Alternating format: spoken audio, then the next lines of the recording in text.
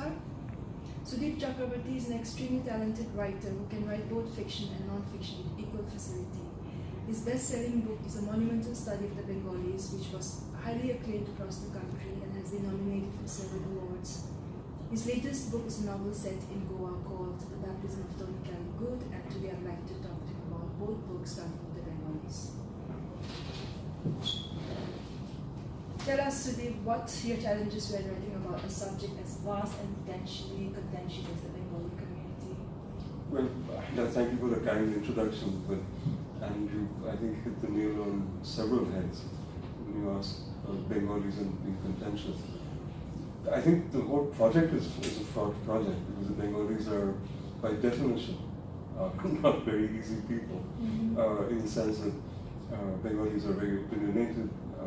They think, the stereotype of the Bengalis is to think the world of themselves. We tend to follow several fallacies, I believe, which includes one that suggests that we know everything that is going on in the world, we are the last word on everything, nobody knows anything better than we do. And here I have to confess that I have to include myself on occasion in this tribe. I mean, I am part of the tribe. So to take on a project of this nature, I think it's a fraught exercise, not just for a Bengali, but for anybody. And I went into it, as you know, with my eyes wide open. And the challenges were really to capture the vastness, as you say, of the project, because it was important to look at the Bengalis not just from the stereotypical Bengaliness of the Calcutta Bengali, or what has come to be known as the Bhadralok Bengali, but look a little deeper, look a little lower down the socioeconomic strata to the great bulge of Bengalis who are not even counted in the Bengali equation. When you talk about Bengali culture, when you talk about Bengali civilization, when you talk about the great movies, the movies are made about this great bulge, but the makers are then the creamy layer. The commentary is always about the creamy layer, the commentary is not on the great bulge of the Bengalis. When you talk about the Bengalis, very often we miss out people in Bangladesh, where 2/3 of the world's Bengalis live. In my opinion, it is critical, crucial to include Bangladeshis in the book, the Bengalis of Bangladesh who fought and died in vast numbers in order to be able to speak, read and write Bengali. Which I have, and I'm very proud of that. It was very important for me to transcend the binary of the Hindu Bengali and the Muslim Bengali. It's an unfortunate history that we have, and address Bengalis irrespective of their religion, irrespective of their caste, irrespective of their socioeconomic background. And it's very important to me to address Bengalis in Kachar in Assam, in Tripura, which are part of what I like to call Banglasphere.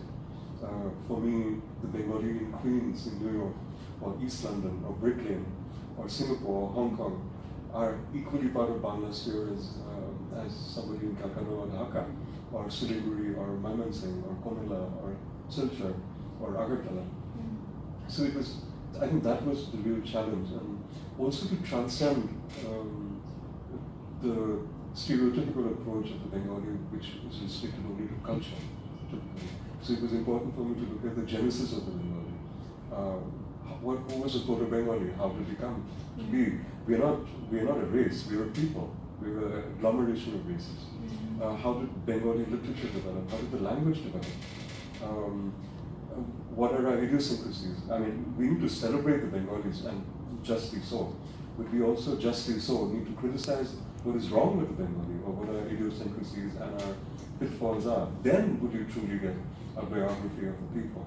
So I was very particular that these challenges, if at all that these are challenges, needs to be met.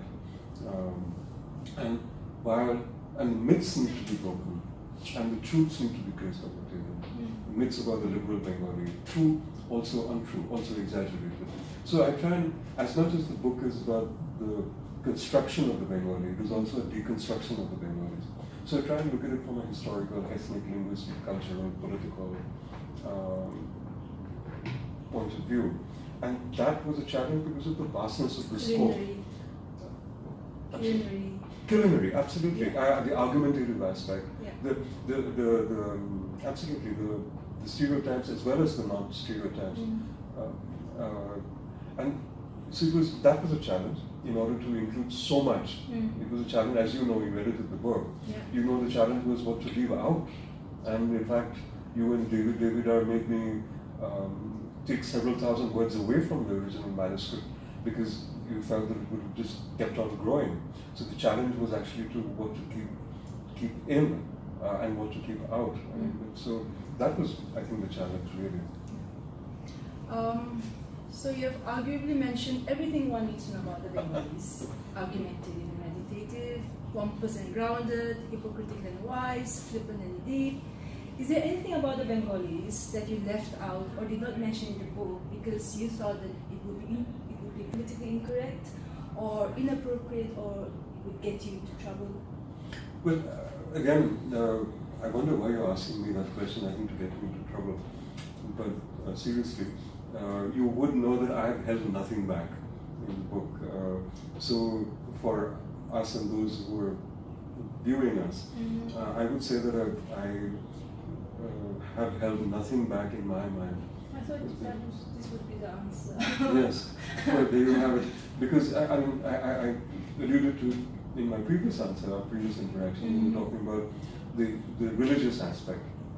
The myth of the Bengali liberal. It's true that Bengalis are liberal, but it's also greatly true that Bengalis are illiberal and hypocrites. That the myth of the Bengali, the emancipated Bengali male, is to my mind born in a room of smoke and mirrors, in a hall of smoke and mirrors. It's a myth. I have confronted that mythology. I've had to confront the mythology of the fact that Bengalis are actually have a life beyond culture into abomination. That they have a life, they are people who are they can be very polite and very genteel and equally treat people who are what Bengalis like to call non-Bengali, which I refuse to use. I prefer to call them not Bengali, which I think it's splitting hairs, but it's a gentler term, are actually worth nothing at all. I mean, to the Bengali mind, the chauvinistic Bengali mind, if you are not Bengali, then you may as well not exist. You're really worth nothing to them. So these are things that needed to be confronted and taken head on. So the gender issues, the issues of violence, the issues of hypocrisy, the issues of religion, the religious divide, the arrogance of the Bengali, which I think needs to be confronted, because unless we do so, how do you develop a complete biography? How can it be honest? Then it would be public relations. It would be a brochure of the Bengalis. It would not be a biography. And it would be dishonest. It would be a dishonest book. I would be a dishonest writer. And for sure, you would be a dishonest editor and publisher, where you could do anything that didn't approach this standard, this mean of constructing the Bengali as well as deconstructing the Bengali. I'm very, very clear about that. Thank you. Okay, let's move on to the next book, Baptism of Tony Cavanagh. So in the popular imagination, Goa is a beautiful, fun-loving place. Your novel depicts the rot within. Drugs, crime, crooked landlords, politicians, and so on. Why did you choose to show Goa in this way? Well, look at me, I'm wearing a bright gold shirt, a summery, very beach-like. But again, you only see, I imagine in the camera, you only see the top half, where I'm bright and summery. You don't know what's below. And I think that's true of Goa, that's true of any place that calls itself, that presumes, dares to call itself paradise, not other people calling itself paradise. Goa likes to think of itself as paradise. I believe when places and people do so, if you typically lift the stone, if you lift the stone in paradise, you will find creepy crawlies. And that is true of Goa as with any place that presumes to call itself paradise.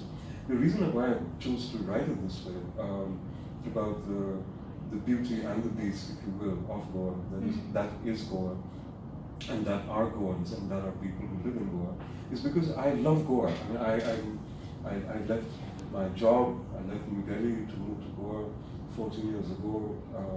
I embraced it completely. the way I live, the way I eat, perhaps the way I drink, the way I embrace the land, I embrace the people, and they in turn have accepted me, they welcomed me. And it's a place that I've known from the late 1980s when I was a very young man, and when I got to know Goa with the help of Goans.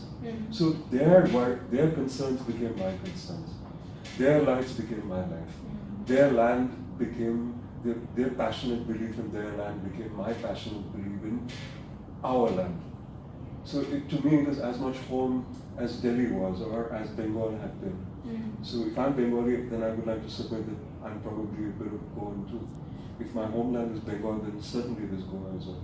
So I began to feel Goa, I feel very strongly about it, and I thought that, I mean, I could have written a non-fiction book about Goa, but I thought that the complexity of the situation, the beauty and the beast, as I mentioned earlier, would be better brought out, would be better addressed using the form of fiction.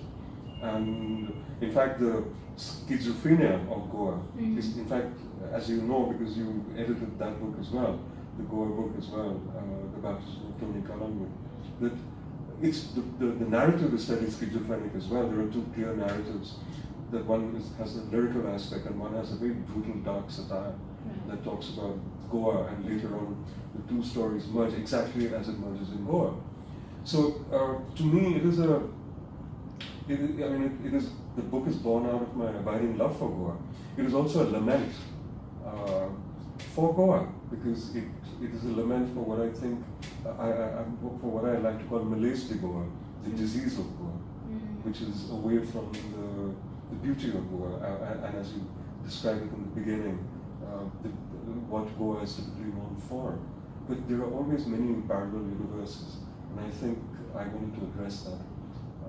If for the people of Goa, for myself, and for Goa-like places, I think the story is a little larger than Goa, I would like to think.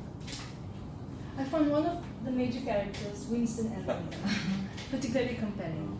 Please talk a bit about him and any other characters that you think readers should find interesting. Well, I love the character of Winston Almeida, and of course, as we say right in the beginning of the book, any resemblance to anybody living or dead is entirely coincidental.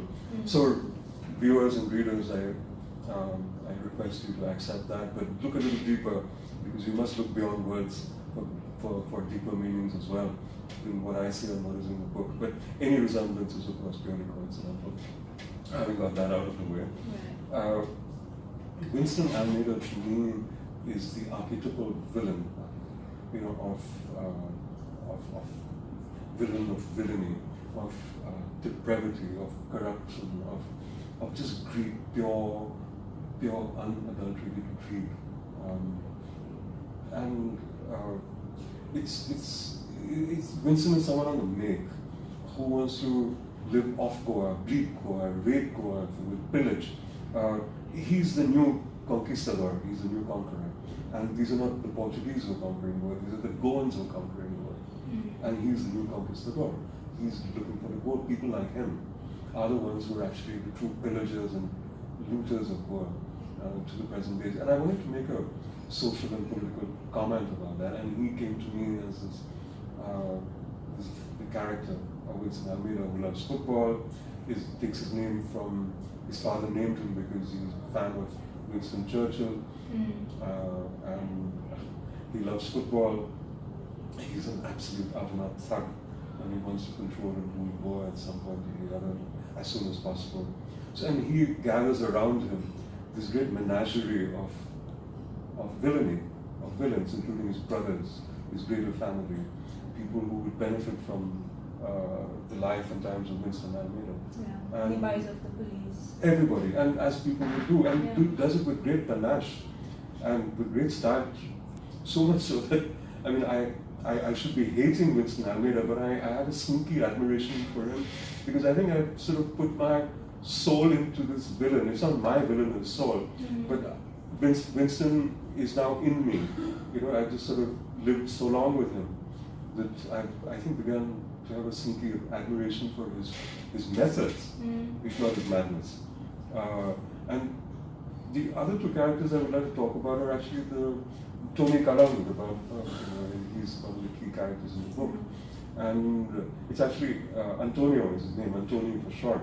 And Tony Kalangut is actually taken from a theatre form, a folk theatre form in Goa, where the theatre actors are typically Antonio di Kalangut, from the place that they come.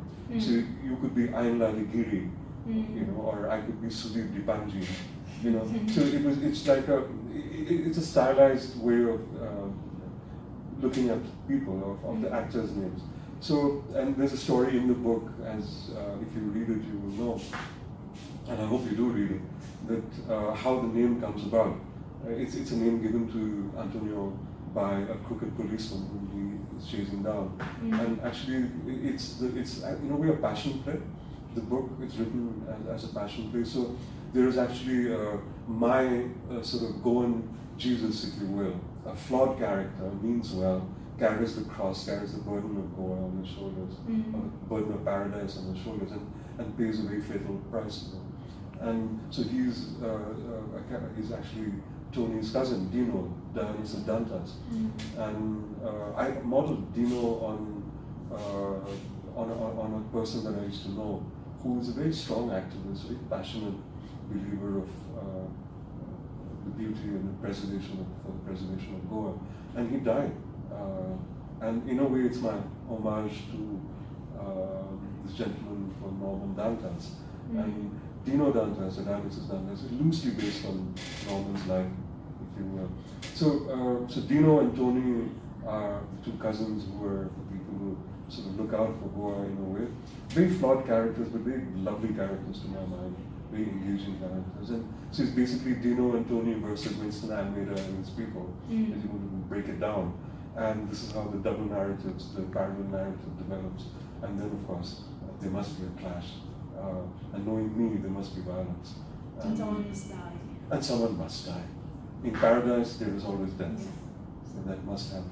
Someone dies. Yes. Many people die. And thank you for that. And I was just wondering, I was just wondering, you know, I hope you enjoyed that. I mean, I enjoyed talking to Aienla, and she's actually edited 2 of my books on the thought. And we worked very hard for both the Bengalis and the baptism of Tony Kalangut. And it's not so much for me or her or Aleph, my publisher, but you wouldn't do us a great disservice were you to go online on Amazon or Flipkart or Sapna online or whichever portal of your choice, and maybe buy the 2 books if you wish, and go to your nearest bookstore, ask them to stock the book. Not just these 2 books, which I'd be very grateful for you if you were to buy them and read them, and then engage with me later. I'd be happy to talk to you about them anytime that you wish. But buy books, period. You must buy books. Don't stop reading. Buy it on Kindle. Buy these books wherever you wish. But please buy books. Please read books, mine and other people's as well. Thank you very much.